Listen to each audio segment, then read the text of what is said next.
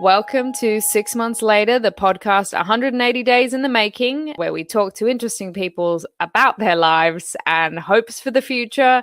And then we talk to them again in 6 months to check in on how things are doing, how things turned out. I am Tara Newton-Wordsworth. I am joined, as always, by my co-host, Matthew Shadorn. How are you going, Matt? Fuck, I'll do it again. Hi, guys. I am Tara Newton. Jesus Christ. Hi, right. I am, all right, this is it. I am Tara Newton-Wordsworth, and I'm joined, as always, by my co-host, Matthew Shadorn. Hey, Matty Moo, how you we going? Did it.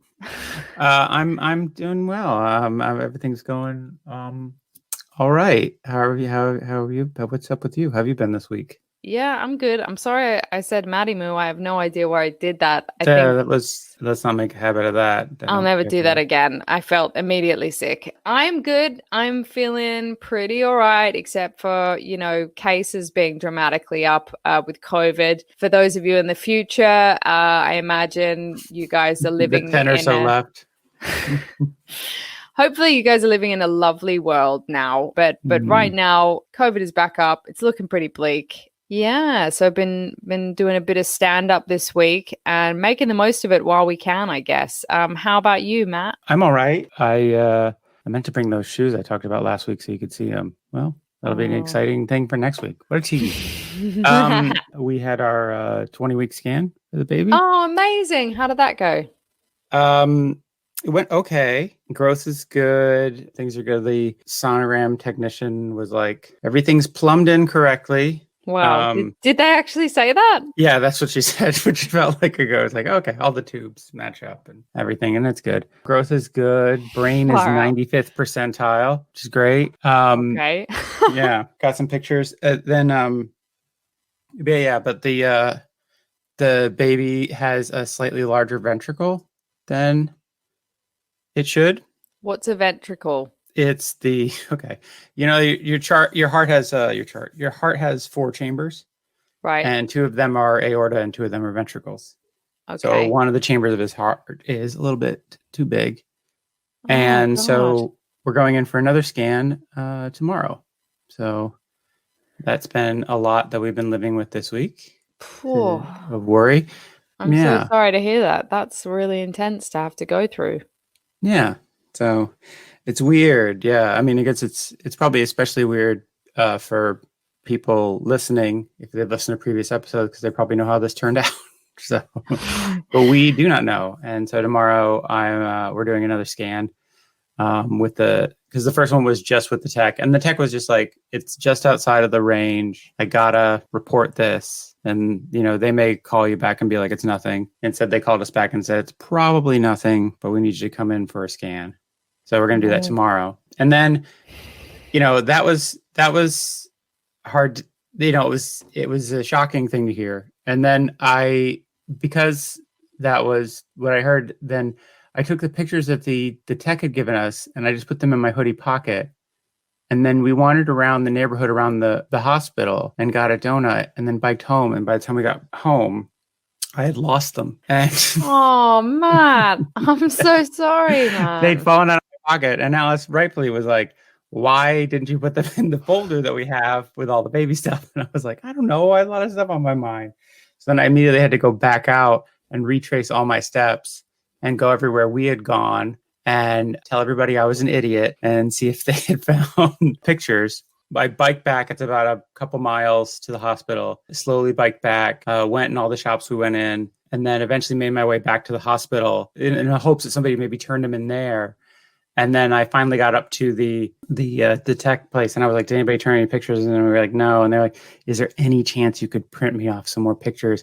Otherwise, I cannot go home. And so they were nice enough to print me off some pictures. And I don't know if it was because, well, it was a number of things. I was wearing a mask, and they were behind plexiglass, and also I'm American. So I was talking extremely loud in this lobby. So everyone in the lobby heard that I was an idiot, which Alice was like, that's the way it should be. Everybody should know. That's why I'm also on this podcast, because everybody needs to know I'm a huge idiot who should not have put the baby pictures in his hoodie pocket while biking. And they were nice enough to print me off some more pictures. And then I biked home And on the way home, I caught something out of the corner of my eye. And in between two parked cars, they were just sitting there on the ground. Oh my God. So now I have 2 copies of baby scans, which is great. So, but yeah, it all worked out in the end. Got the scans. And then, yeah, tomorrow we'll find out what's going on. But it doesn't seem like it's going to be a big deal, or if it is, or it's either nothing or something that can be dealt with. So, oh, well, that's good. How we feel. Oh man. Oh, but yeah, God, I'm so sorry. That's so stressful. I've got that like horrible, like anxious feeling in my chest. And I sorry. also I didn't really, mean to bring you down. no. You have it's just very honest and real, and that's really nice actually to like just. I think it's really nice to sort of share what's really going on. Yeah. If it makes you feel any better, I gave Will, my husband, my engagement ring to look after while we were rock climbing, and he put them in his pocket and they fell out, and I haven't had an engagement ring since. So, but thankfully it wasn't like, one of those ridiculously expensive ones. Or it was more just sentimental. But we all make mistakes sometimes, and there's no need to feel bad about it. And obviously, I hope the scan goes really well tomorrow. Yeah, I'm sure. Speaking of engagement rings, and this is the story for another time, but my wife's engagement ring has a diamond in it that I stole. What? Anyways, so what are your predictions for the next 6 months, Tara? That is really annoying. Okay, all right. Well, we'll have to definitely come back to that in a future episode. What are my predictions for 6 months? 6 months, 6 months, 6 months. Where are we at? I guess we're going to be in February, March? It's going to be just after Valentine's Day, I think. Ooh, wait, no. It'll be just after the Ides of March. Okay. Assassination? What are your top assassination picks for March? For who's going to be assassinated? Yeah. I mean, it blows me away. Like, I think obviously you have to be careful what I say and stuff, but I don't know. Sometimes it amazes me how long people let certain people live. But then, you'd think that people who are despots, I guess that's how you get to be a despot, is you really, you figure out that's like job one is not getting, assassinated, like Assad, right? Like how is Assad in Syria still hanging around? Yeah, I have no idea. So okay, I don't have any assassination predictions. What about you? No, I don't know. I think things will be good. I think it'll be spring again. I think I don't have any particular. I think we'll be gearing up for Edinburgh next year, or not. Oh yeah, come on. We've already spent all our money on fees to register our shows that will then be canceled a couple months later, or whatever. No, but yeah, I think this whole comedy thing's gonna be firing on all cylinders. Great. Well, that's exceptionally positive. And on that beautifully positive note, I'm very excited to introduce our guest for today, Alasdair Beckett-King.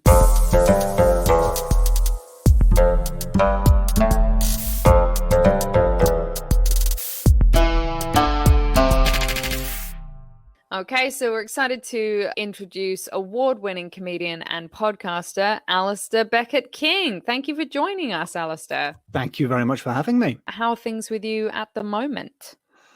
Is this one of the official questions? Are you starting to measure me against my future me? Yes, exactly. Is this a pleasantry, or have we already engaged in the game of the podcast? I didn't expect a nervous breakdown so quick into the podcast. Like, man, you would be the worst spy or criminal because you would crack immediately. I think what I've done is, without answering the question, I've answered the question, how are you? Really good. Crippled with self-examination and insecurity is how I'm feeling right now. Is that to do with lockdown, or is that to do with... That's pretty normal. Pretty normal for me. It has probably exacerbated by lockdown. So people listening to this in the future, you've probably forgotten about like COVID-19 and all that, but it seemed like a pretty big deal at the time. And 6 months from now, I think it'll be like, wow, remember that? Like, and like, what even was that? Yeah. Exactly. Like fidget spinners. They were like push pops. Huge, and that completely forgotten now. Tamagotchi. Yeah. Yeah. The Very slap wraps retro. of 2020. Those color changing jumpers that were big when I was in The school. hypercolor, man, I was just thinking about that. Yeah. Actually. What happened to those? Bring those back. What was wrong with that? Yeah, so everything's exacerbated and exasperated by the. I did say exasperated. That's Yeah. my vocabulary is all shot to hell because of lockdown. It's great. It just doesn't match up with definitions. Oh yeah. I'm great with words, just not with the definitions of the words. Oh.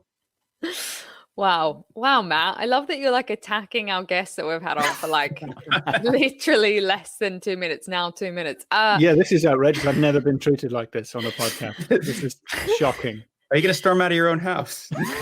Yeah, just take the mic off. Just do a BG. Get out of there. That is sorry. it. No, I've I had didn't it mean with to you attack guys. you, Alasdair. I apologize. That's all right. I forgive you. Thank you for apologizing, Matt. But what have you been up to recently? What's going on with? It's been an interesting time for me. I have not been able to do stand-up comedy because it's been a crime to commit stand-up comedy for the last few months. And the Edinburgh Fringe Festival, which listeners may have heard of, didn't happen this year. Although it's definitely going to happen next year, right? Oh, for sure. Right. Couldn't cancel it twice, which I thought was great news to begin with because I hadn't finished my show, and I was like, yes, it was like a reprieve. It was like Dostoevsky having the sword broken over his head. Like, you're not going to be executed. Yes. Yeah. And then when August actually came around, which is the time the festival would normally happen, I really missed it. And I had that constant sense of having forgotten to have done my homework. Like I should have been doing something. Like I should be doing a show, but I'm just cheating by being at home, which is what everyone was doing. But Right. it was a very, very weird experience. And ironically, I suppose, I realized I wasn't going to be very busy. So when people offered me sort of bits of writing work on things, and basically I said yes to way too much work. And so I had an astonishingly busy August and September now. So not doing live stand-up, but doing sort of writing for video games and making some sort of funny videos for Twitter and doing all kinds of cool stuff that I enjoy. But it's been very, very, very odd. A very sort of surreal experience of sort of stepping outside of what you expected to happen. Right. Yeah, I saw one of your well, I actually saw a couple. They were so good, like the sort of murder mystery type one. And yes, thank you. Yeah, I just thought it was really cool. Like I loved the different characters. They were so sort of, and the little jokes on the ends of, like the introductions of the character. I don't know, they were just perfect. It was so good. How did you film? Like, I'm assuming you've got a green screen and stuff at your house. Yeah, I've got a very, very small flat, but we do have a corner of it where I can hang a green screen and some very, very cheap lights. But back in 2008, I tricked the EU into paying for me to go to film school, so I know how to use that stuff. So it looks slightly better than it would if I hadn't had thousands of pounds of taxpayers' money spent on my education, completely wasted on teaching me how to very, very moderately okay light comedy sketch. The annoying thing about that is, though, because most people's comedy sketches are just shot on their phone and are all out of focus and blurry, the only feedback I get is really nice lighting. Whereas you sort of want the crying laughing emoji. You don't want people saying, hey, the green screen in that was just cracking. You are like, yeah, but did you enjoy any of the jokes? Or was it just purely from a technical standpoint that you enjoyed this video? Yes, the technical parts were great. Yeah. And the sound recording quality now was that 48 kilohertz or 41 kilohertz? Yeah, I definitely heard everything you said. And it was funny, right? Yep, crystal clear. Now there are some good jokes in it, I think. I really found it funny. I loved it. I was shooting another thing like that just this week, which will be out at some point in the future. And that's fun to do, but it's not like doing an hour of stand-up, which I hadn't finished writing every night at the Fringe, which it made me realize that as much as we hate all of the nonsense that goes along with the comedy industry, quote unquote, and the Fringe and all of that, the bit I actually enjoy about it is doing it. I actually do like doing stand-up, and weird not to be able to. No, you get to do the thing you love for an hour every day for a month, which is a rare treat. Yes, I mean, we whinge a lot, don't we? But comedians, on stage and off. But but the reality is, it can be a very enjoyable thing to do. And And most people don't get to do things that they enjoy and then get paid afterwards. I mean, admittedly, the Edinburgh Fringe, it's more like do a thing you enjoy and then lose several thousand pounds afterwards. But you know. I feel like, what are all these comedians who are suddenly flush with cash in September? What are they? Like, wait, in September, I stopped eating most years. What? What? That's the weirdest thing about it. Like before Edinburgh, I was, HMRC was saying, you're self-employed. Have you lost money because of the lockdown? And I was like, yes, I have. I've lost money. And then Edinburgh came around. It's like, oh, the virus just gave me $3,000. This is weird. I'm the biggest beneficiary. How many times have you done Edinburgh? How many years have you gone up and done a show? So this would have been my third solo show, which is not that many. But I've been doing it. 2013 was the first time I went up, when I was in So You Think You're Funny, as Tara mentioned before we started. I just remembered. I'm just going to cut this part out. Yeah, and you got to being a finalist, and I was a impressive finalist in the So You Think You're Funny competition, which is very impressive. But it was many years ago now. And it's not my fault. It's like everybody else on the bill is on TV now. That's not important. The important thing is it's very impressive. You have your integrity, and that not like those sellouts. And the lighting in my videos is just incredible. Yeah, beautiful. I'd like to see you handle white balance the way I do it. Anyway, so 2013 was the first time I went up, and I've been up every year since, in some capacity. Not always doing a full run, not always doing a full show, but I've been every year since then. And it's quite fun. I mean, as I say, we whinge about it a lot. But it's a nice place to be. And I quite like comedians. So I quite like hanging out with comedians. And I don't drink, though, so I don't see the really depressing late night bar side of it. I just see the pleasant afternoon, but it's really the morning because you got up at 1 p.m. sort of coffee shop side of it, which is fairly genteel. And it's like being, I don't know, it's like being Samuel Beckett hanging out in Paris with some painters. It feels sophisticated. That's so beautiful. Gosh, I love that description. I think I had the exact same realization where I felt super anxious leading up to Edinburgh. And I always have that feeling of like, oh God, why am I doing this?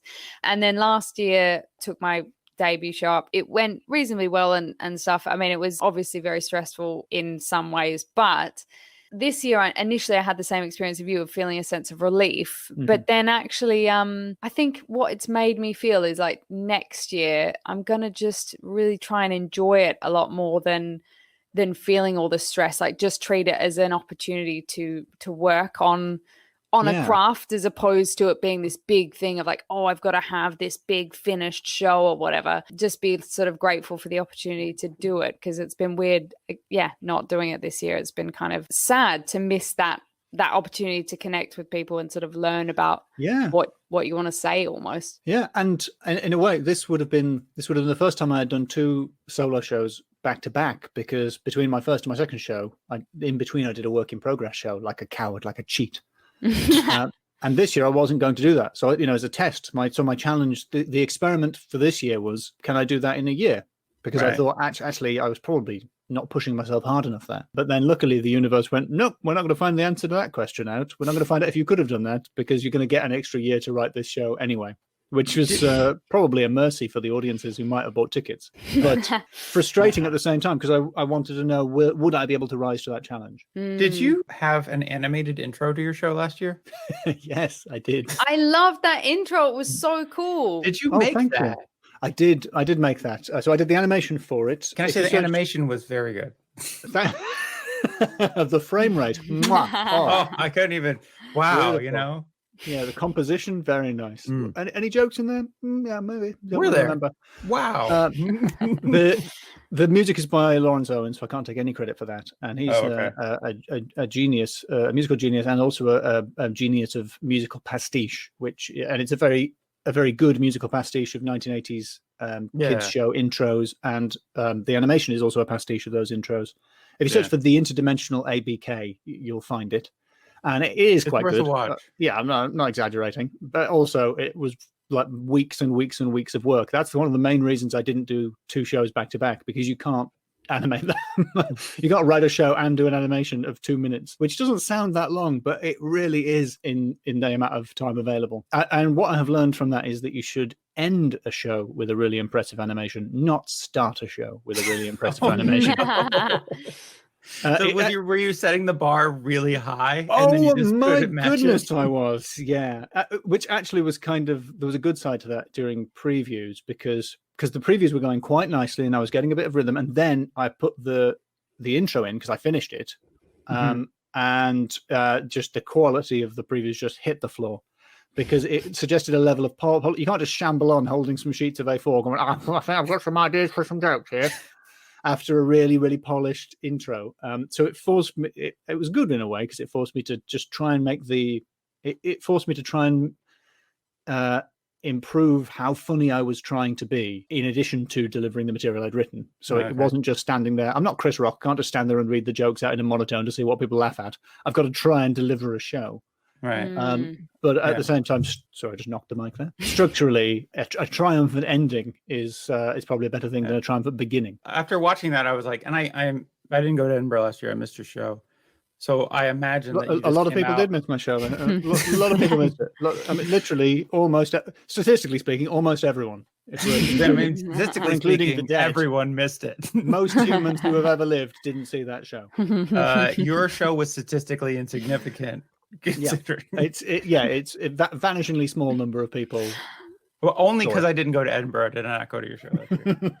But I just assumed that after you played that, you came out with like smoke bombs, or there was like you emerged from there was like pyrotech. It was like a Kiss show. I guess I really imagined it turned into a Kiss show. Yeah, I mean that would be great. But the facial makeup, I don't think I had I don't think I could be bothered with that. But I can see how you would kind of hamstring yourself with like a really big opening, and then the weirdest thing about it is it's a really interesting sort of audience barometer because I've had bad shows. I've been looking at, I've mostly had fairly decent runs. Like you were saying, Tara. Never had a sort of a stratospherically like pew pew pew whoa everybody's talking about it run, but I've never had a run where I'm playing to just two people every night and, and then just sitting with my head in my hands like loads of my friends have with really good shows because Edinburgh is cruel and random. So it's coming. It hasn't happened to me yet.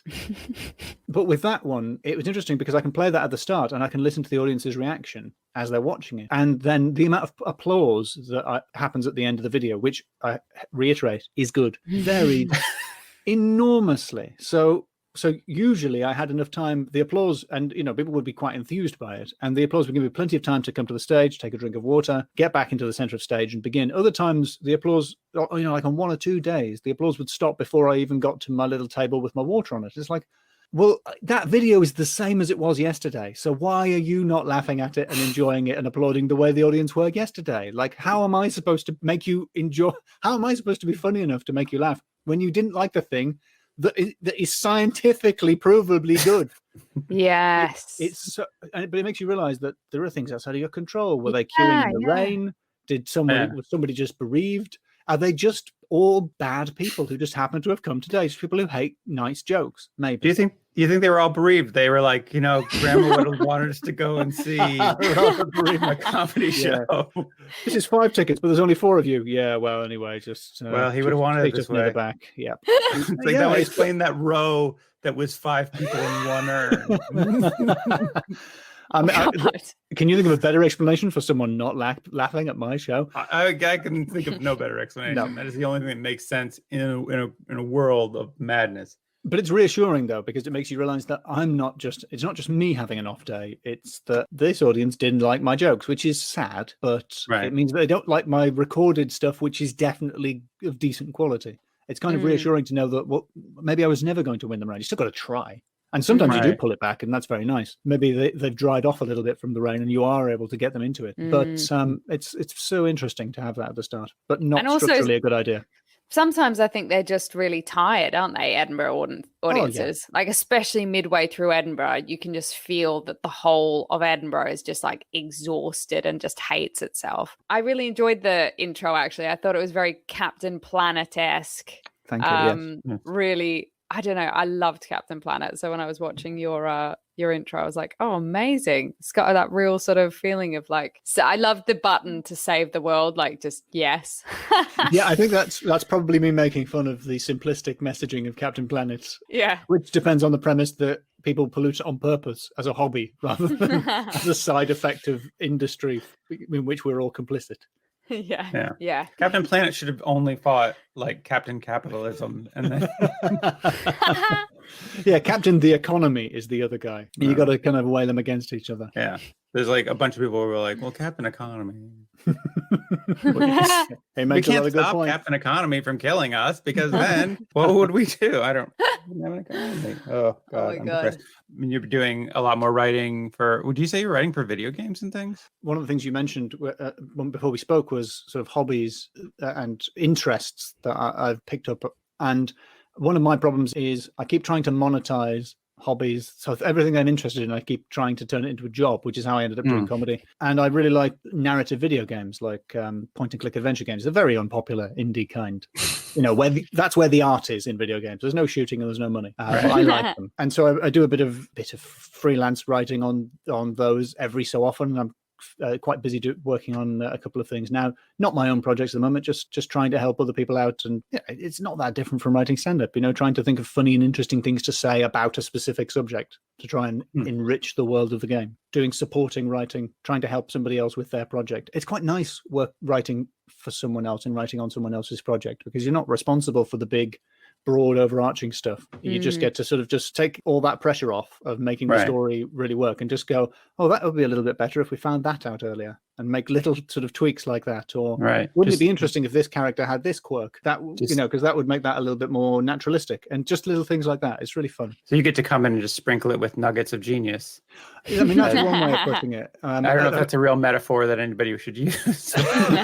Genius does come in nuggets, of course. Yeah, we all know like that. chicken, basically. Yeah. And gold, the two main types of nugget. Obviously, the people I'm working with, from their point of view, it's like this ginger wanker keeps coming in and poking holes in our perfectly good scripts and then insisting that we change things at the last minute at great expense. So your mileage may vary. So have you started getting back into live performance at all, or where are you? Where are you? I live in London, so I'm not currently in one of the lockdown zones. I did my first gig since February, I think, the other week. And looking at my diary, based on the recent cancellations, possibly my last gig for the next 6 months as well.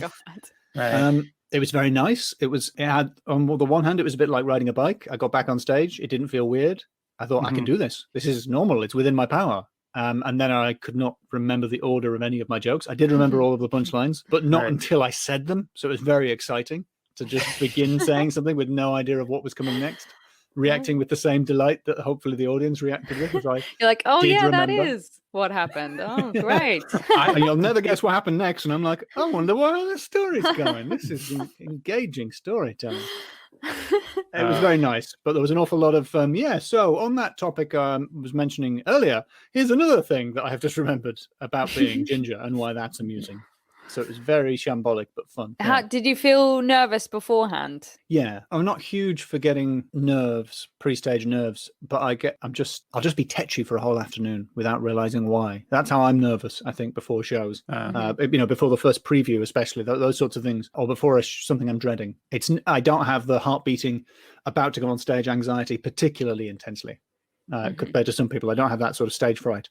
Also, during COVID, I could have died. I could have died for that gig. I could have caught COVID and died. So that's dramatic. There's more higher stakes there than a normal gig. Yeah. Sure. Sorry, if you'd have died of COVID, would you have been like, you know what, worth it? That was a good gig. That was a solid set. You know what? It was a decent set, but I don't think it was a death-worthy set. It wasn't a carve this on my gravestone set. So no, I think on balance, I would rather not have died immediately after it.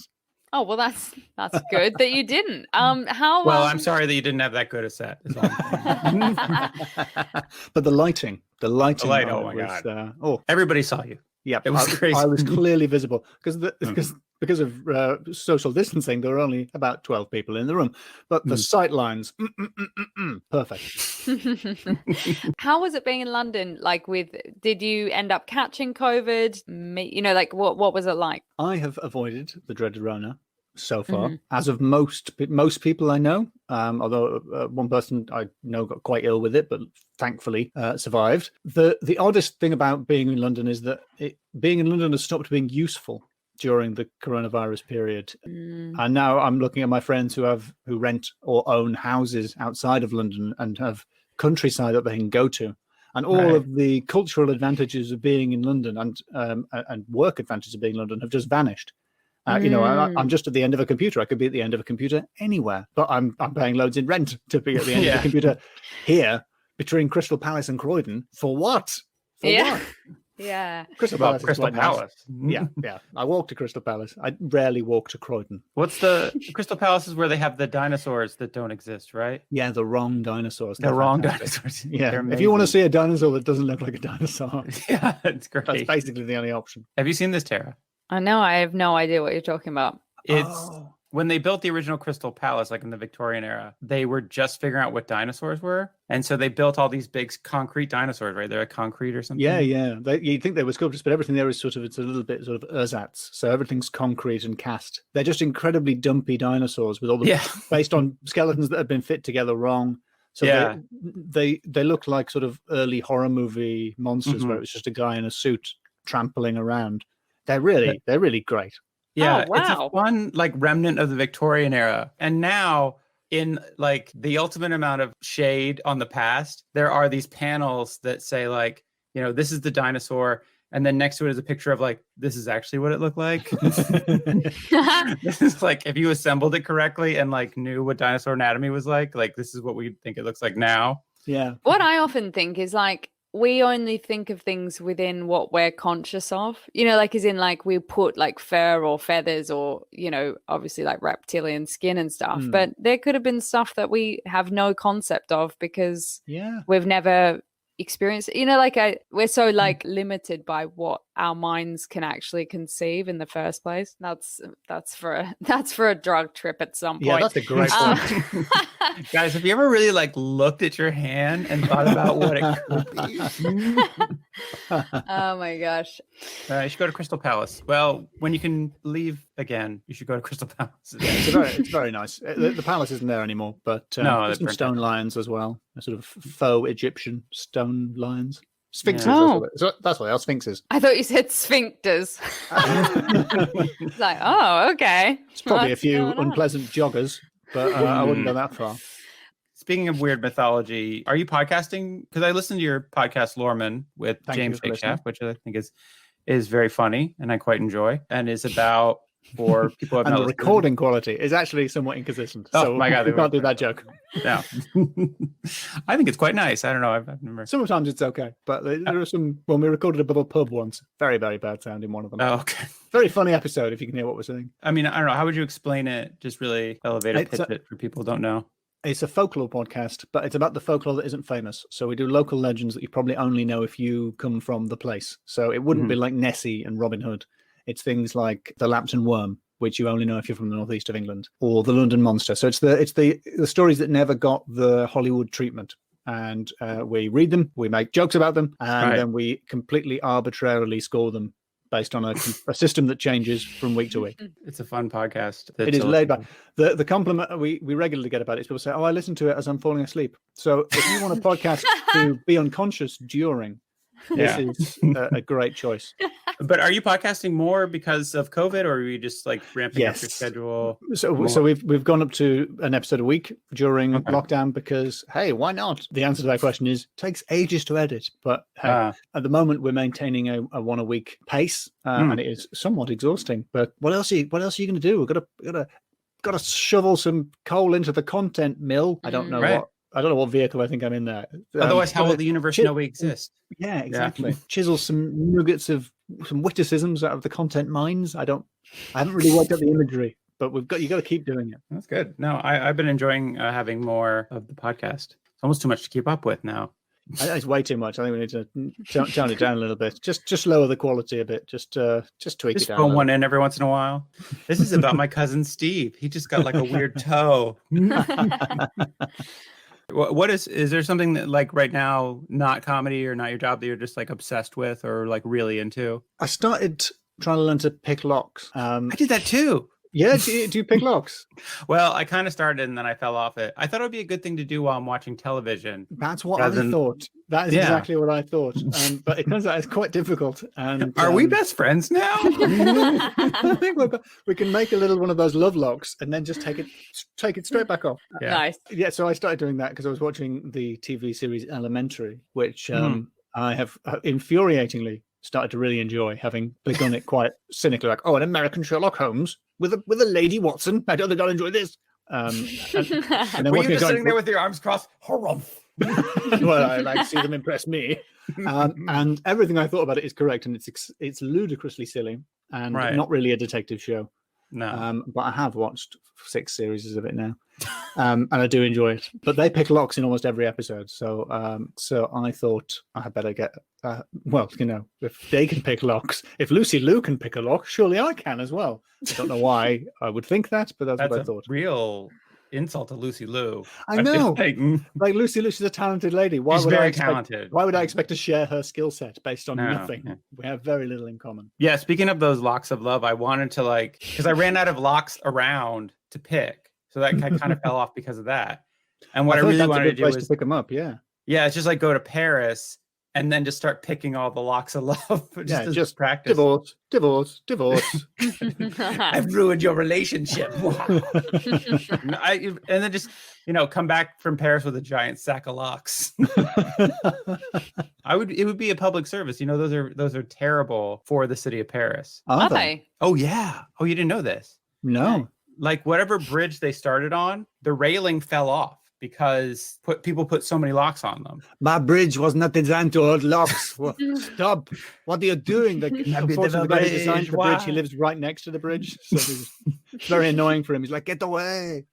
I said no locks. It tears apart public works in Paris. Yeah, because one lock's fine. And there's this great podcast called Land of Desire, which is a French history podcast, which is really fun. But they did a whole episode on these and kind of tried to track, it supposedly got this ancient, you should do this on Loremen. It supposedly got an ancient, no, you shouldn't do this on Loremen. It's supposed to it supposedly has an ancient significance and some old mystical or old story, folk tale or whatever.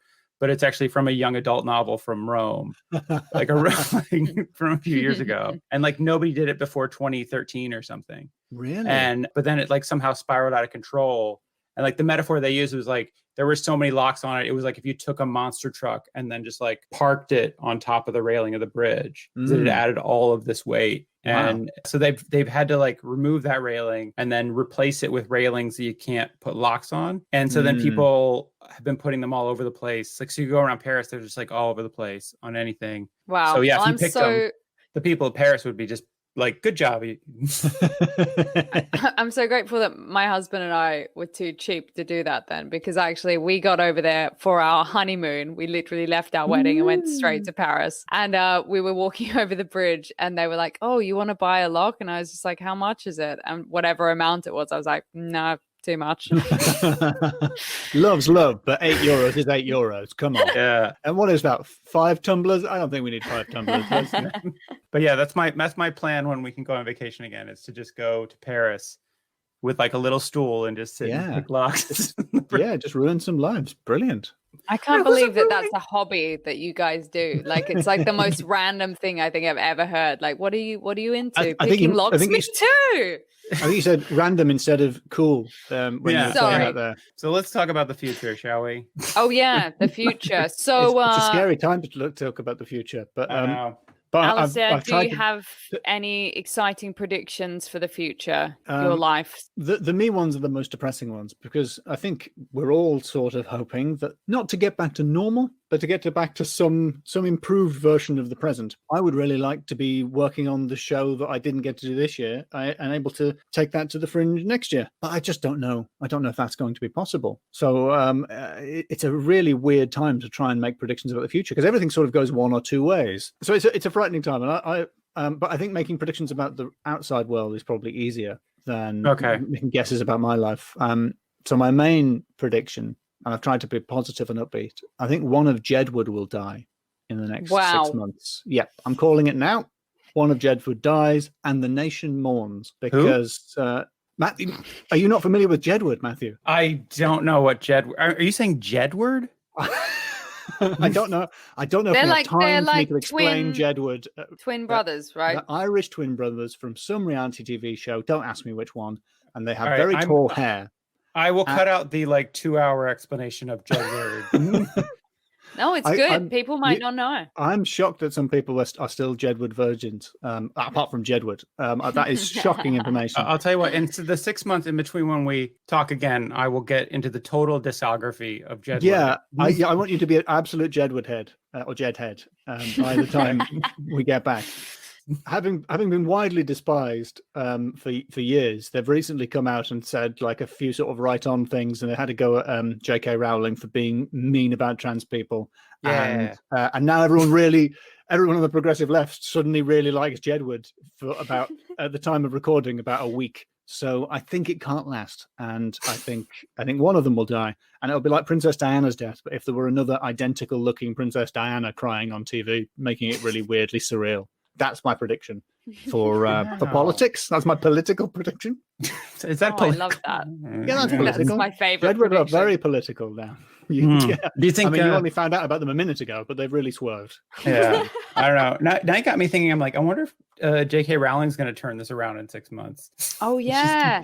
She could. Rowling could. She could be any. I Who really knows? feel like she couldn't at this point. The next book might be. I'll tell you what. I don't like the Irish. Don't like them. Never Well, have, never will. I feel like that's the whole subtext of the Weasley family. Is that she doesn't like the Irish. You're right. People be unpicking the clues were there, and the Irish. I feel like we were telling you. We were saying it the whole time. That's why Jedward. That's why we came out. I don't think Jedward are from Northern Ireland, but that's what I've never really heard them speak. I assume Jedward talk like that. J.K. Rowling, you're out. We don't like you. Awesome. My Okay. other prediction is ghosts will prove to be real. Those are my main predictions. Oh wow. How do you think that will happen? That will prove. I'm hoping, fingers crossed, Ghost of Jedward. That's what. Hopefully, Ghost of Jedward. Yeah. That would If Ghost tie of in really Jedward well. not. Yeah, it would be great, wouldn't it? Like, imagine the first. But I'm thinking it could be like we can have the first Ghost MP. That would be interesting. If ghosts exist, we could bring back popular historical prime ministers or something. I can't think of any now. We'll have a ghost president in Israeli? America before a female. Yeah.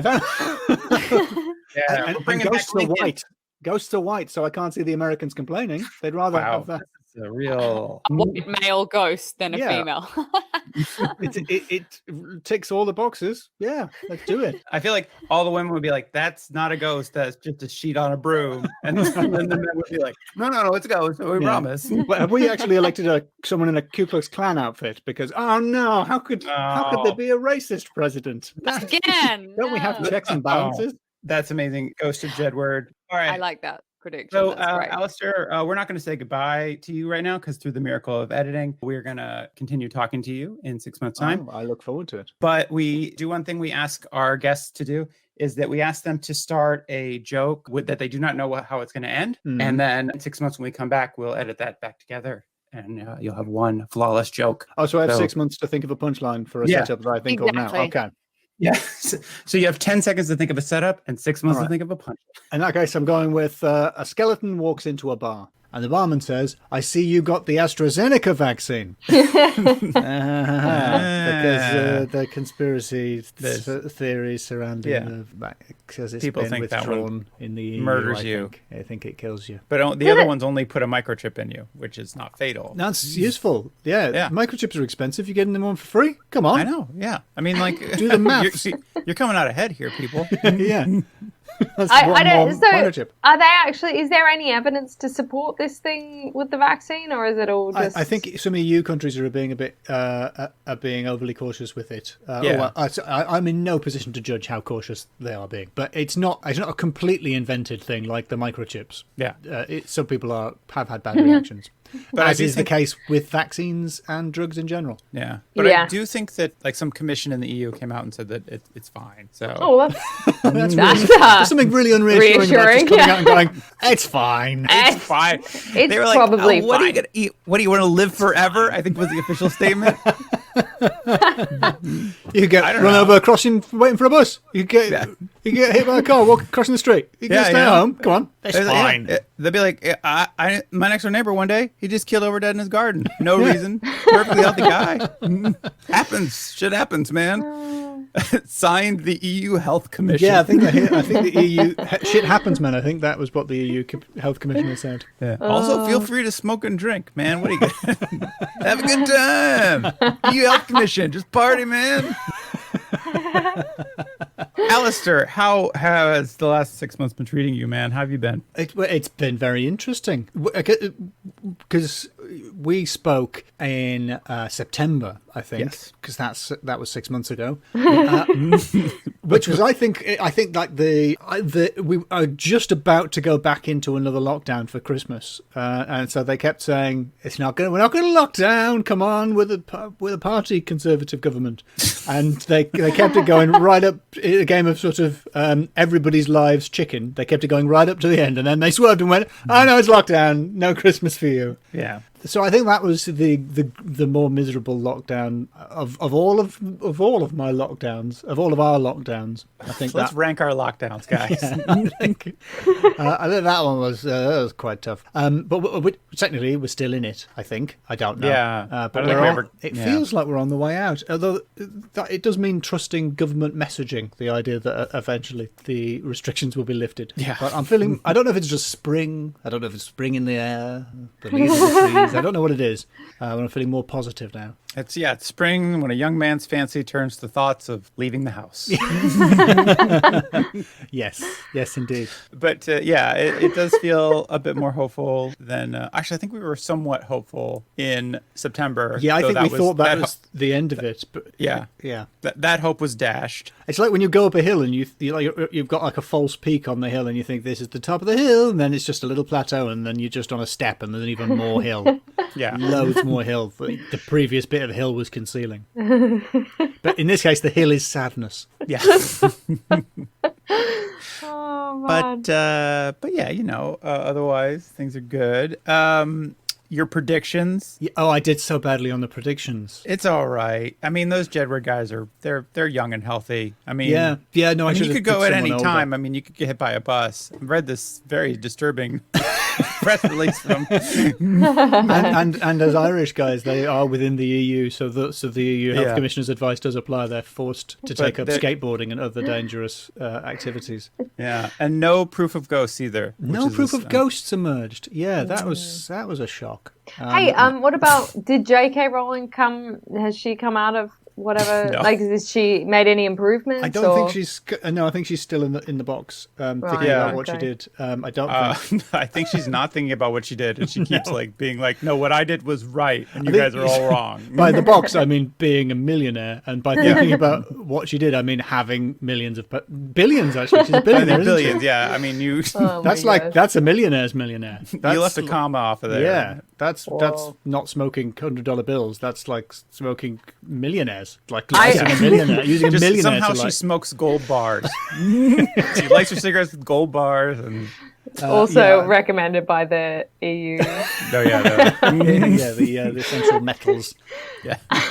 I looked up Jedward, and they just they were just like calling out Ant and Dec, being like, "You guys should be using your platform to like say more stuff." I know. Jedward have gone from strength to strength, and I didn't see it lasting. Six months on top for Jedward. 6 months of being right about everything, pretty much. I mean, I think it's like 6 months from now we'll have our first joint prime minister. It'll just be Jedward. Prime minister. Yeah, you guys have been right about everything. Everything. Really... I was so wrong. about Jedward, and I'm sorry. I will say that I forgot until I re-listened to the episode, and I was like, oh shit, now I gotta listen to some Jedward. And I listened to the Jedward, and I'm not gonna say I enjoyed it, but I was tapping my toes a bit. Yeah. Get some toes tapping. Yeah, not great beautiful stuff though. No, I've really not listened to anything of that. Can I just say that you've been putting out some very quality videos. Thank you. Well, and can I say that green screen on those are excellent? The lighting is amazing. And the lighting. Thank you. Every syllable. I'm glad that joke is still funny 6 months later. Yeah, it's so funny. It's such a hilarious joke. Sometimes when you keep repeating a joke, they get worse, but sometimes they're just more hilarious. Yeah. And did I catch a hint of a joke in one of them? Yes, a gesture towards a joke. It was just the wryest bit of like subtle. It made me really like almost crack a smile. Well, the weirdest thing that happened in the 6 months is in January, one of my videos went sort of quasi-viral. Wow! Which one? Which is as to viral quasi-viral is to viral as millionaire is to billionaire. It's like I have a video that got a few million views, which is great for me, but it's not the same as being a dress that people can't decide what color it is. So it just doesn't compare. So I did an amusing spoof of Scandinavian Nordic noir TV shows, the crime shows, which are called Krimi, I discovered, which I think means crimey, as far as I can tell. It's like the Danish. The Germans and the Danes call the books Krimi, which is such a cute name for books that are all about horrible murders and paedophiles and stuff. I like to read the Krimi. And that video did quite well, and so I went from having like 600 YouTube subscribers, good, brave men and true, and they are 80% men because YouTube shows you the stats, unfortunately. To having You're like, how many of the ladies in here? Come on, let's get some non-binary people on. Oh, the stats don't show that. Never mind. They don't show that. They don't show YouTube does not believe in non-binary. Sorry, non-binary people, you're not on my graph. I don't know. Take that up with the fine folks at Google. Yeah, so now I have what is still by YouTube standards a small number of followers, but I went from having like 600 followers to having I think 80,000 followers in a month, which is like a big increase to what is still a small number by YouTube standards. That's at least a 50% increase. But it's like a huge number. Yeah, and the quality of the lighting in the videos has stayed constant. Every comment is just like the lighting. The YouTube comments are so. I now have enough views that people comment on the videos and people downvote them. Previously, I didn't even get upvotes, never mind downvotes. And now people have opinions, and most of 95% of them are really nice, and I don't care. But the remaining 5% occupy all of my thoughts now. Let's read out some of those comments now. So I'm on your page. No need to read them out. I've memorized them all. Okay, good. What are the ones that have affected you the most? Weirdly, my favourite ones and the ones that genuinely amuse me, not in a ha I'm actually laughing kind of way, but in it genuinely delights me, are the people who are just sincerely confused about what's funny. Like they can see that people are laughing, but they don't find it funny, and they've generously assumed that they're in the wrong, and so people just genuinely saying, I don't understand this, please explain it to me, can anyone explain why this is funny? And then they're genuinely not being rude, they just don't understand why it's funny. And the weird thing about that question is when you read that question and then you watch the video and I'm like, I don't know either. I think these people are right, but it's so weird to try and explain why something is funny. You can't. And I really love the people who simply are baffled by it. Yeah. I found the exact same thing with any of my videos that have sort of had more views, like the ones that have got into the sort of hundreds of thousands of views. As soon as they start getting up into there, it obviously is also sending it off to a lot of people who probably aren't necessarily going to be your fans or whatever. Yeah, it moves out of the sort of the beatnik coffee shops and out into the wider world where not everybody shares our refined sensibilities. Exactly. Indeed. And I've had some really funny comments just from people saying similar things. They've been like, just like, I think this girl needs help, or like they don't actually, they literally don't get that it's like a joke, you know. Yes. And it's like, I feel like I have to be like, this is a joke, and that they're like this, but this isn't comedy, or like this. It's like I'm not literally this person. Like this is a character. Like I don't know. And then like in one of the videos, I was ginger at the time, and they started like attacking gingers, and I was like, what the hell? Like it was just really crazy. Like people get so nasty. In one of my recent videos, it went sort of, I didn't get nearly as many followers as you, and I'm very disappointed now. I know how many followers you have, but I had a couple of million views on this weather one, and this guy said, you know, it's funny after living here that you still do such a terrible accent or whatever. Ooh. And I was just like, look, like I literally just made this in 5 seconds for fun when I was out of the room with my, you know, like not having to watch my kids. But next time I need professional accent advice, I'll be sure to give you a call. And he was just like, yeah, sure. My number's 1-800, go fuck yourself. That is an annoyingly good comeback from him. I don't know. I feel like your comeback was... I just feel like it's I think it's one of those funny things where you just, as soon as you interact with people, you have to be prepared to go down a road where it starts getting nastier. You know what I mean? Like it's never going to be a good thing if you start. I really want to reply to the people who or like the person who watched, because my videos are all like a minute long. The person who watched 5 of them and commenting, didn't like this one either. I didn't like it. And it's like by the 5th video, it's like, you must take some responsibility for this because I'm not making you watch them. Like, please stop watching them if you don't like any of them. They're like, I watch every video on YouTube and I comment on every single one about my opinion. That is just who I am as a person. Don't take that personally.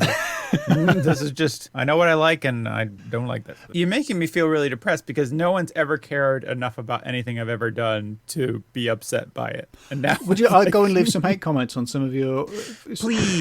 Some of your Would stuff. you? Yeah, I'd have to. Just like, if you could start why like is this funny? What are like a jokes? change.org petition to get me removed from the internet.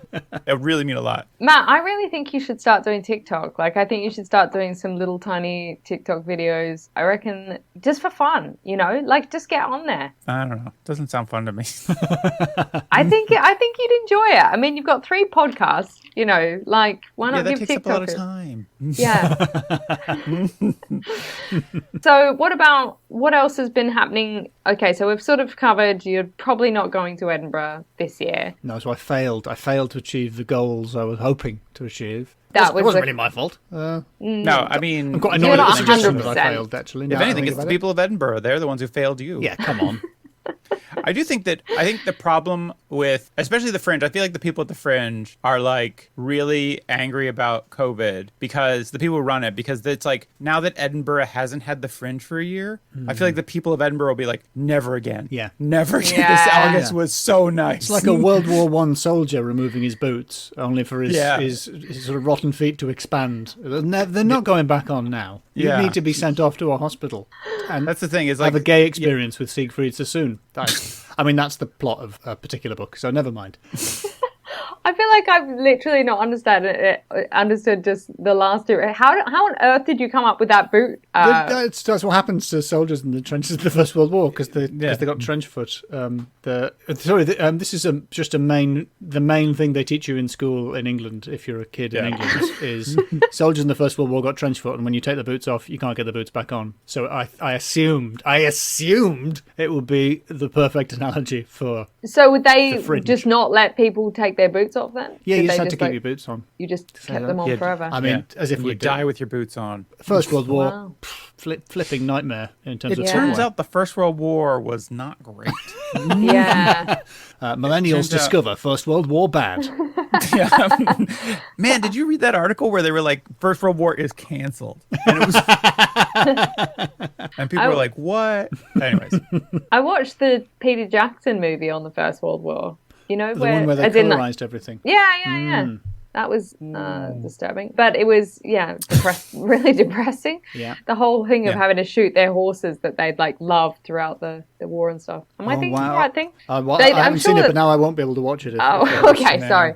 I knew that millions of people died, but now that I know that a horse gets shot, I think. Well, no, just because when they got to the end, they couldn't like bring all the horses back. So people who had these horses that were their companions for like the years of war had to shoot their own companion horses. They couldn't just let the horses just go and live in Europe? Just roam Europe freely. The horses probably chose death rather than living in France. For a horse, that's it's a state of constant peril. I feel like we've really ripped the French. We ripped the French in the last half of this. In the first half, I mean. I have not changed my stance on France in the last 6 months. We were positive about the French. We were like, it's tourists who are ruining France. We were. The French were victims in the first half. Think what a few thousand horses could have done to Paris. Absolutely wrecked the place. First of all, I'm going to say, don't watch the movie War Horse if you don't want to see horses hurt. I've seen the play, and that was a puppet horse, and that was bad enough. I cried so much in that movie, and I remember coming out, and I'd been like sobbing, and then my granddad was like, "Well, I just don't think that was very realistic."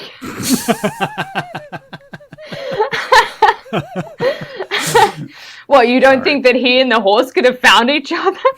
Okay, anyway. So were you, when we first talked to you, you said you were like crippled with self-examination and insecurity. How's that going? Yeah, that was the phrase I used. Yeah, it's kind of the same. Although now, thankfully, I've got 1 or 2 YouTube subscribers who do that for me, and can tell me exactly how much worse this week's video is than last week's. So that's lovely. It's nice that you're able to outsource that. Yeah, it's really freed up a lot of time. For just sort of sitting and panicking. I think you did catch me at a low point. Not to be overly dramatic, but I am feeling more optimistic now. I think that's good. I'm trying to. At the moment, I'm doing a podcast a week and a video sketch a week, which doesn't sound like that much work. Bearing in mind that we were just talking about the First World War, which is probably harder than being a content provider. But at the same time, but you wouldn't have to run the whole war by yourself. There were millions of people involved. Yeah, every single week I've got to upload it. I've got to do the subtitles. So it's like let's have a bit of perspective. So I'm very busy, but it feels like I've given myself something to work towards, which is the thing that which lockdown made very difficult, and the absence of the Edinburgh Fringe made very difficult. Because as a comedian, you can sort of fool yourself into thinking that well, that's the mountain I'm scaling, and in reality, almost every year we go to Edinburgh, we just run around the mountain and then come back without actually scaling anything. But at least you had your eyes on the peak. Sometimes we don't even know where the mountain is. No, we're just at Edinburgh Airport going, is there a mountain? There's a mountain here. Get back. Wait, there was a mountain there after you were done with the Edinburgh? You guys saw a mountain? I didn't even... Oh, my God. I wasted 5,000 pounds. Without having that to work towards, sort of create self-generated stuff and doing my own stuff has given me, at least on a week-by-week basis, the peaks and troughs of success and failure that we live for. That's good. Do you genuinely, because it sounded like you actually really take the YouTube comments to heart. Like, No, compared to friends I know, especially women and trans people I know, the people who don't like me, dislike me less than the people who don't like them dislike them. So I really, really get off lightly. Who knows why? It's not that people don't like me. I think that's fine, because I understand that, and I understand how annoying it is when people are laughing and you don't find it funny. Like we've probably all been in gigs like that, where the act on stage doing something that you don't think is funny and you don't respect, and the audience are falling about laughing, and it is infuriating to be in that situation. So I get it. Yes. Yeah.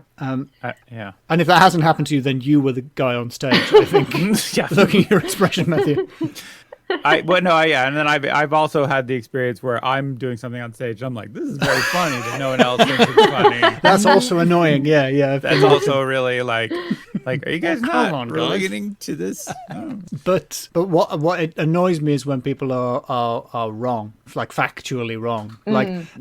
So I did a spoof of Star Trek: The Next Generation, because it went off the air 27 years ago. So I thought it's about time someone made a joke about it. Yes. Oh. So I thought that was right in my wheelhouse. Yeah. I was like, this is relevant to my interests. Pretty topical. And it's weird the comments you get, because so I do an impression of Patrick Stewart, which is a reasonable impression, but it's not spot on. So it's like you can tell I'm doing Patrick Stewart, but it's not like I'm an impressionist. And so some people's comments are like, "That's amazing! You sound just like Picard." And I go, "Well, that's kind, but wrong." And so that annoys me. And then people are going, "You sound absolutely nothing like Picard." So, well, that's also wrong, because I sound a bit like Picard. And both of those comments annoy me an equal amount, because they're both factually inaccurate. So do you respond by being like, "No, I sound a bit like Bernard." Yeah. I should just correct every single one. No, I sound a bit like Bernard. Excuse me, sir. I appreciate the compliment, but I do not sound like you. Yeah. Excuse me, sir. I don't appreciate your criticism, because I do sound a little bit. Yeah, it's sort of a 7.5 out of 10, Picard. I know where I stand. I do. That was my favorite. I was going to say, when you said one went viral, I thought it'd be that one, because that one did quite well, because there are nerds on the internet. Who knew? I know. So that one did. I love that. Well, I was like, you were like, my favorite part of it, you're like, your ship's like this and my ship's like this. Normally when we meet ships, we're both the weird thing is, in the world of YouTube, they all know YouTubers, and I don't really do YouTubing. So they're like, "Oh, is this a reference to this YouTube channel where they've talked about that?" And it's like, No, I just also watched. I'm just also in my mid-30s and also watched the show. Like, I don't know any of the references they're making, and I have to go. It's like, oh, you've clearly been influenced by YouTuber X. It's like, no, Oh my we just both noticed the same thing. No, it's everybody. Because if I had known that somebody else had a video about it, I would have done a different joke because I would have not plagiarized. Yeah, I mean, if anybody like myself who's watched over 1,000 hours of Star Trek in their life has also had that stray thought of like, why are all the ships always the same way? Oh, the worst thing are the people who think they have the answer and are saying like, because the galaxy is a flat disk, so you would orient your ship to one side or the other. It's like, yeah, but it's a flat disk that is absolutely massive. So sometimes you're going to need to fly up and down within it. So shut up, nerds. Get off my YouTube channel. Off my YouTube lawn. Can't believe nerds are commenting on my Star Trek video. Yeah. That was you were just asking for trouble. Yeah. But I mean, but they were all probably like, I respect your lighting, but The fake lighting, I had to do a fake bald cap for Picard, and putting a single sort of ping of light on the top of the dome to recreate the backlight that hits Picard was the coup de grace, the thing. The whole scene wasn't working, and then I just put a little backlight on Picard, and yes, now that's what. Engage. That's what makes you a great comedian. Yes. And the nation's darling. Detailed. Really detailed. What's I don't know. What's the biggest change you think you've experienced over the last 6 months? Well, it's probably that. Not to quite tediously. To be honest, people watching the stuff I put out online has been the biggest change. So I'm not sure that works very well as an answer, but that is in my notes what I put. How has it changed your life? Would you say? Oh, it has changed my life in almost no way at all. A tiny little bit more money comes in. The BBC will not stop calling me to say, please leave the premises. When I say calling, I mean calling across the lobby, like, get out, we've told you before. The BBC will not stop calling me unsuited to their current slate.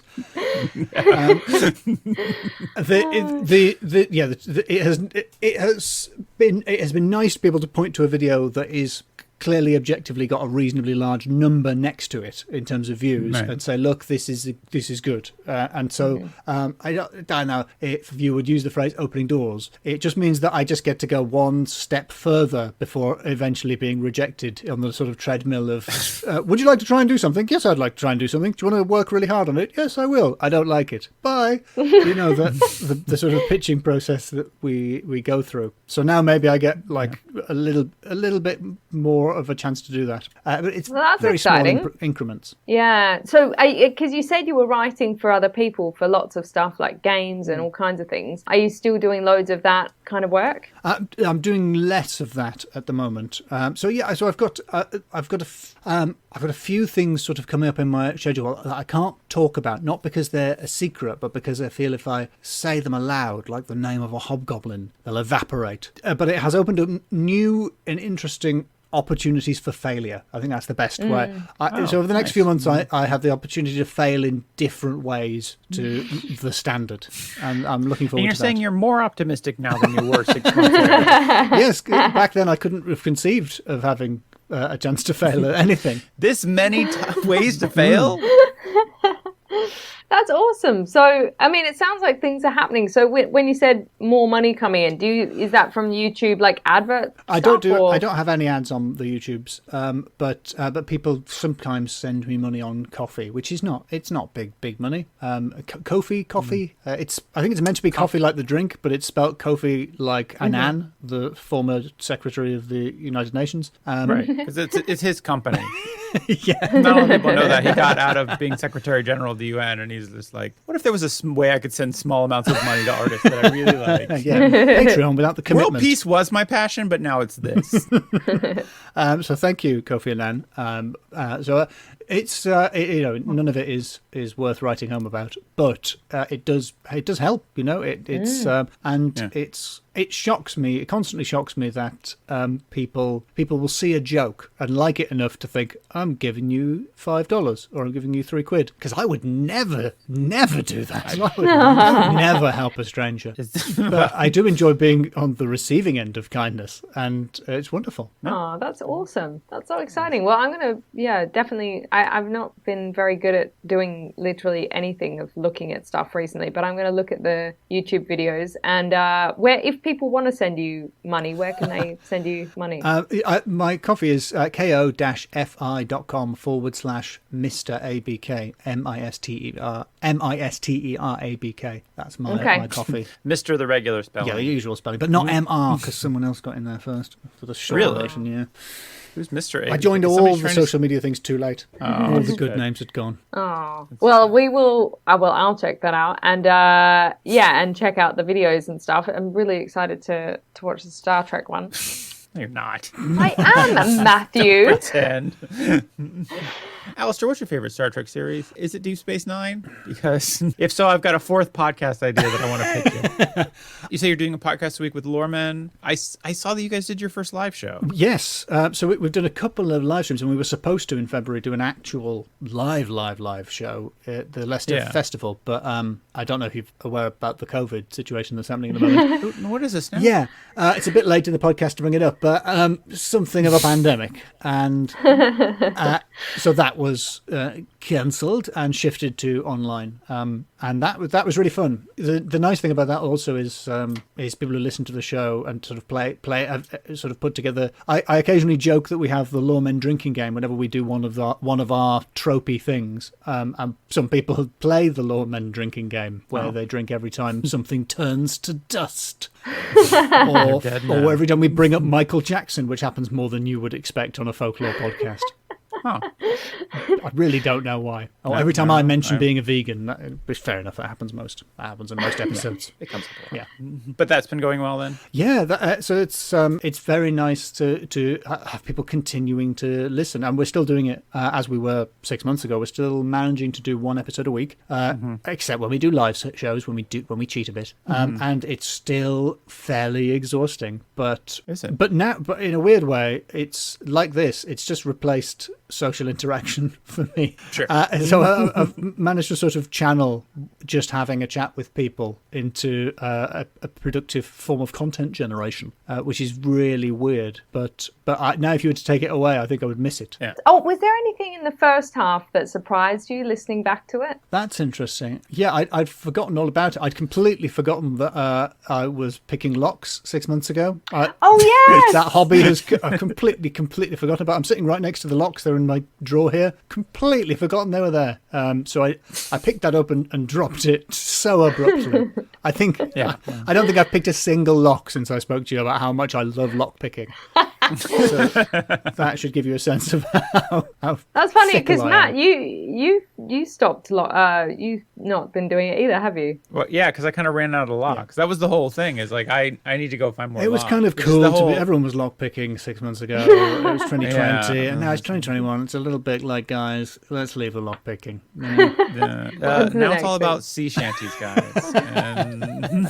Oh my god. I never went through the lockpicking thing, and I felt quite sad listening back. I felt like you guys really bonded over that, and I just felt like I was really on the side. I felt like I was on the outside of this weird lockpicking threesome, like I was just like a third wheel. I'm so glad you didn't take up lockpicking in order to be able to talk to us about it, only to find out that we were like, no, we're over it. We don't. Yeah, I would have loved if you were like 6 months later, you were like, guys, I got into lockpicking too. It's great. And we're like, man, whatever. Okay, square. Hey guys, I've been lockpicking this whole time. You guys can let me in the lockpicking group. Wow. Please. That was so September 2020. Ooh, that's embarrassing for you. Oh, gosh. We'll try hard, Tara. We'll try hard. The next one, if we ever do another one of these with you, I'm just going to be like, I've been watching Star Trek, guys. No, but the difference there is that you should watch Star Trek. You should watch Star Trek. Okay, cool. That's what I'm telling. I keep telling her this. I feel like I'm too I feel like that ship, whether it's parallel or not, has sailed. You know what I mean? I think you mean that ship has warped away. It's leading on impulse. What's wrong? There might be something wrong with the engine. Alasdair, just kind of out of nowhere, just out of the blue, just had a random thought. What's something that you wish you'd known 6 months ago? Well, my girlfriend and I bought each other the same book for Christmas, which would be ridiculous if it hadn't been the second time that we'd done that in our lives. So we've twice bought each other the same books for Christmas. Doesn't that It wasn't the same book both times. No, we're not that bad. But what was the book this Christmas? It was The King in Yellow, the series of short horror stories, weird fiction short stories by Robert W. Chambers. Okay. I just feel like, isn't that screaming you guys should be married? Like, isn't that the only thing? Like, who the hell?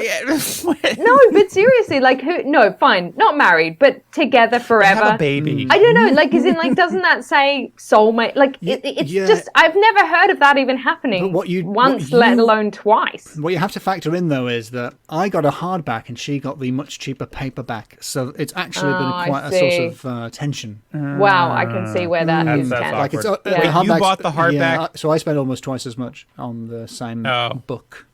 So it's kind of like soulmates, but she's obviously a stingy soulmate. Yeah. Right. Well, you said it, but that is what I was implying. Yeah.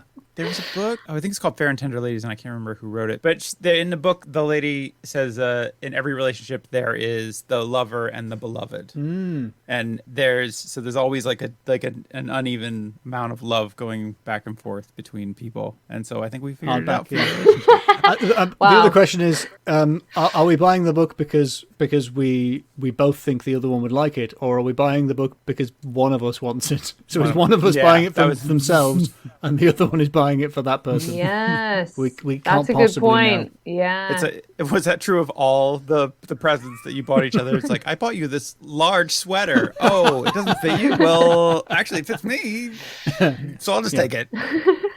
I bought you this spa day. I know you hate spas, so I guess I'll go. Oh, that's right. You forget. I totally forgot you hate spas. Well, I don't want it to go to waste. I think I actually did get her a shaving kit that is meant for men, but she specifically said she wanted that one, and I haven't used it. So she's got a nice bamboo handle. Oh, fancy. Yeah. You're like, I bought you a ton of sunscreen. Because you're ginger. Yeah. So, Alasdair, what's next for you? I've got. Well, he already said it's a secret, man. Yeah. We can't. No, know it's not the a truth. secret. A secret suggests loads of exciting stuff. No, what's next is I have to just stay the course. Just keep your eye on the prize, and other cliches. I'm sticking at it. I've as I say, I've got things that I want to achieve and things that I won't achieve. But I'm just gonna give it a gosh darn try. Keeping it nice and broad there, which is you have great. things that you want to achieve and things you won't achieve. So those things that you don't achieve, you didn't want to achieve them anyway. So I was thinking they were on the same list, but you're right, separate lists. Yeah. No, I see myself as a young Wesley Crusher with the whole galaxy ahead of me. with your rainbow jumper. Yeah, it's a nice jumper. And actually, looking back on it, I was poorly served by the scripts. It wasn't really the actor's fault. Yeah, I feel like that's true. Yeah. Well, I'm going to make some. I'm going to say what I think for you, because as you're not actually giving anything away, I'm going to say what's next for you. I'm going to say you're going to have a few more massive viral videos. And then I reckon you'll get something big, maybe the Loremen thing, I feel like, and then maybe you'll develop some kind of folklore TV show. I'm going to say that's what I can see happening. That would be lovely. But Alasdair Beckett-King's Haunted England. Come on, commissioners. I love That's it. got a ring to it, hasn't it? That does, definitely. I reckon, ITV or BBC? I'd prefer BBC, obviously. Okay, BBC I can see doing it. I feel like it's more of a day. I would love if that were true, but bearing in mind that at the end of the first half, I predicted that ghosts would be proven to be real. Our track record in predictions is not strong. Yeah, Jedward's that's still what the alive. show's for. The show is Jedward to are tragically still with us. Yeah. Both of them. You shouldn't it be like something like a play on your name, like King of the Ghosts? You would think Alasdair King, Beckett-King. yeah, because I've tried to come up with so many Edinburgh show names. You would think King being in the name would lend itself, but because of the Beckett, it really the best I can come up with is things like Alasdair Beckett-King's cross, but I'm not cross. Like, so It wasn't just a picture of you on the poster, really grumpy. it just doesn't lend itself to puns as well as you would think. Yeah, that's disappointing. Alasdair But it's a Beckett, very King of Kings. regal name. Like it goes with a sort of, you could always do a king-like poster. Yeah. You know, just have it in there, subtle. Or Yeah, pop a subtle little crown on, something really tasteful. Something a bit subliminal, like a crown and a scepter. Yeah, that'd be lovely. Or you could do something kind of like coming at it sideways, like princely Alasdair Beckett-King. I know, I like that. Yeah. Yeah, excellent. Then, Alasdair, thanks again so much for talking to us again, for talking to us in the first place, and then agreeing to talk to us again. It's been a really Thank you. It's been a really fun. interesting 6 months, and it was so nice to have a little time capsule of that time. So I hope that you enjoy this. You can take this audio and bury it in your backyard for however long you want, and just dig it Eventually, up. a tree will grow. Yes, A bare no a leaves. mighty oak. And then people will hang their locks. Well, thank you so much for having me. It's been wonderful to speak to you both. Yeah, beautiful to do you talk have to you. anything you want to plug? Oh, I think I've plugged. There's the Loremen Podcast. There's if you just want to send me money without seeing anything I've produced, great. That's you can get me on the coffee, and you could watch some of my sketches on A Beckett-King on YouTube. Yeah. So enjoy his sketches and I listen to Loremen every week, and just the engineering quality. No, I love it. It's a fun podcast. I highly recommend it. All right. Well, thanks again, Alasdair. And we'll take Cheers. care. Thank you so much. Take care, buddy. Good to see Bye. you. Thank you. All right, bye.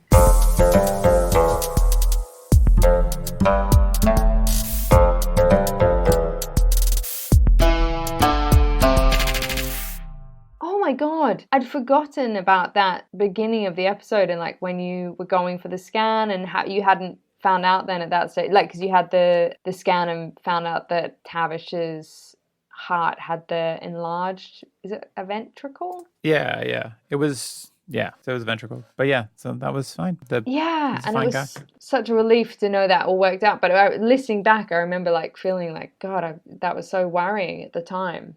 I think in the next episode, in the intro, we talk more about what happened, because the day after I think we recorded this intro, I had the scan. So then I think we updated. I forget. I don't remember. Yeah, But anyways, it was, and we found out the next week that it was all okay. But was, it's just crazy listening back, because you're just like, wow, you forget about how like all this intense stuff, how intense it is at the time. If anything, he's too healthy. He's just. He's really just very active. He's kicking all the time. He's getting very heavy, or he's starting to get heavy, or maybe he's just starting to drain the life force out of me because I'm just very tired. But yeah, he's doing great. It turned out to be nothing in the end. Subsequent scans said, it was probably just nothing. There was just kind of a minor thing that either corrected itself or was just kind of definitely within the normal range. So, and he's a big, healthy guy. Yeah, that's beautiful. So, yeah. And I'm sorry it's a bit tough at the moment, but it does get easier. I'll say that to be encouraging, because it definitely, like, obviously there are challenges with, no matter what stage they're at, there are definitely challenges. But I feel like as they become more independent, and they become more their own little characters and stuff, it gets more and more fun. The older they get, the more fun it gets. So, I think it's nice to have hope, like in those moments where you're like, oh my God, I just can't see the light here. He will not stop crying. He's been very bad about not stopping crying. But yeah, he's smiling now. Sometimes he seems to smile at things that we do instead of just kind of smiling randomly. Oh, that's nice. It feels like maybe he enjoys our company, and we're enjoying his. So yeah, that's been good. What else did we talk about in the intro? You predicted that comedy would be back in full swing to some. No, maybe not quite to that effect, but it was like, I feel like we'll be coming, but comedy will be back up and running. I think I used the phrase like firing on all cylinders or something. Oh yeah, like that. So that was way off. And Edinburgh, as we kind of talked with Alasdair, I do not think Edinburgh is happening this year, or it's not happening for us anyways. So, but.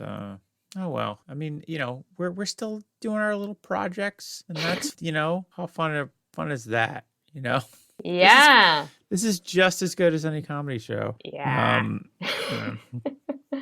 No, but it's nice. It's been, there have been opportunities that have come out of having to live so differently, for sure. Like you have to just adapt, don't you? Like we've just had to adapt. But I don't know.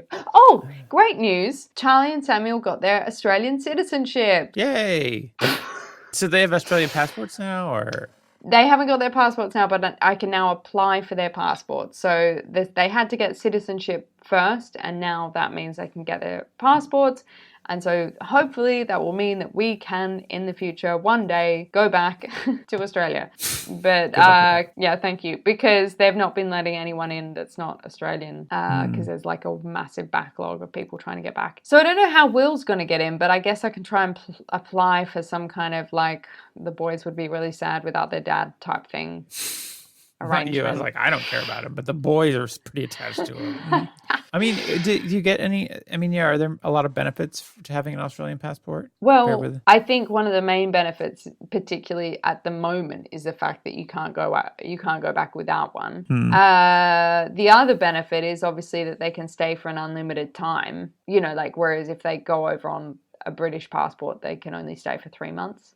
Oh, yeah. They can work, which is great because I'm going to put them to work once we get out there. Yeah, because they're such deadbeats now. Yeah. I mean, they're getting to Sammy turned 2 on Saturday. So that was a big thing. It was his 2nd birthday. And, once you turn 2, you're ready to enter the workforce, as they say in Australia. So, you gave them what your parents gave you on your 2nd birthday, and it was just a copy of the want ads. You're like, fucking figure it out, kid. And this a shovel. gravy train is over. So, his birthday was so cute. He wanted all this dinosaur stuff. And did you make a dinosaur cake? I ended up buying a dinosaur cake because I know I feel like such a bad mom, but why?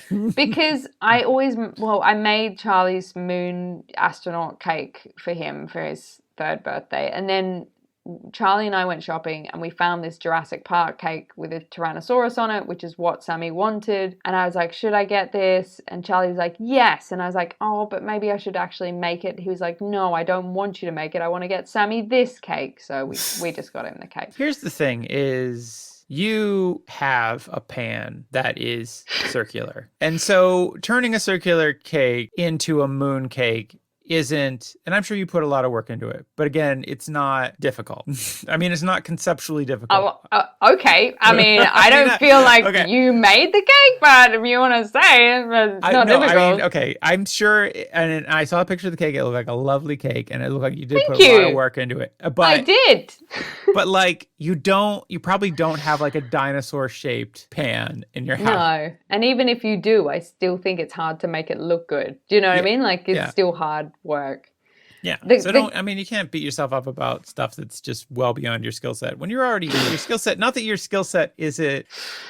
I feel like I've dug myself in a hole here. Look, why don't you insult my mooncake again? No, you clearly can make cakes and cookies, and you make your own chocolate and all kinds of insane baking things. But it's just like, you gotta take it easier on yourself. Thank you, thanks. And he was so happy about the dinosaur cake, and we got him a floating Tyrannosaurus balloon, which he was terrified of, absolutely terrified. Really? And so you should have if I hadn't known that, I'd have come over in my inflatable Tyrannosaurus costume and just flung it outside your house. Just come up to the window and just bang it on the window.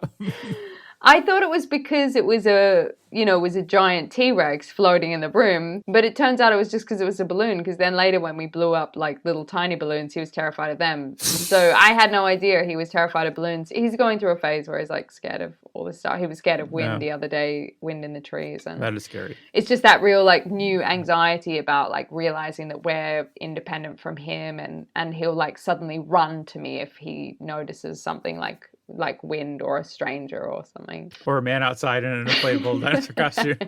I wonder where that dinosaur costume is. Yeah, you're going to want to get it ready for Tavish. I'm sure he'd love that. Gotta get it, I gotta get it beach body ready, by which I mean I need to find my giant inflatable dinosaur costume. Wear to the beach. Oh, anyways. God, Thanks everybody for listening. Please rate and review wherever you can. In this world where a lot of things seem difficult and everyday tasks seem almost impossible to do sometimes, one simple thing you can do is rate and review this podcast. I believe in you. I believe that you can do this one thing. And I think that it doesn't seem like a lot, but it means a lot to us. And I think if you do it first thing, just start your day rating and reviewing this podcast. You know, I feel like it's going to set you on a good path for the remainder of the day. Because you're going to carry that little bit of light inside yourself on to all your tasks and to all the loved ones that you interact with, or even the ones you can't be close to, you know, and then call your mom. And but thanks everybody for listening, and please subscribe if you can. Please tell someone about the podcast if you can.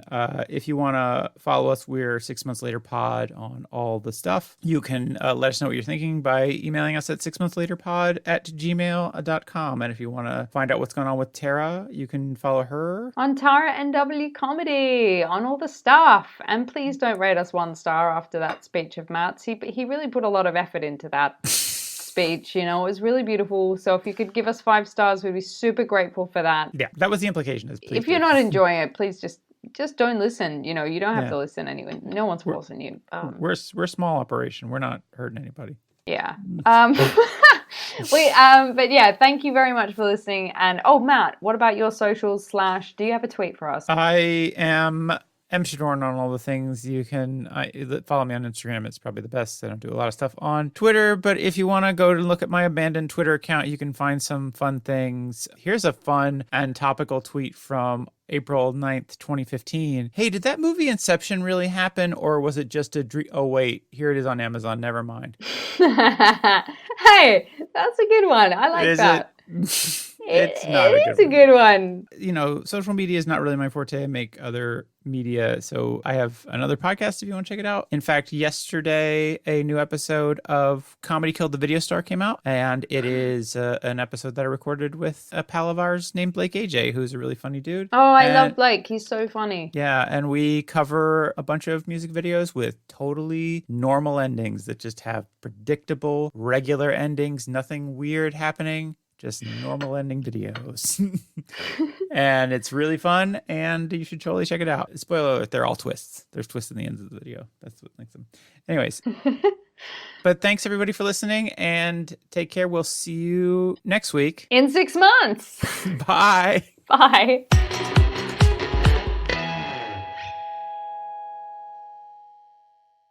What are we all doing right now? I feel like it got really awkward. I don't know why. I was waiting for you to end. I thought you were working into a really good wrap up there, so I just stayed quiet because I didn't want to. That's what I thought you were doing, Matt. That's what I was trying to do, and then I thought I'd enjoy this awkwardness.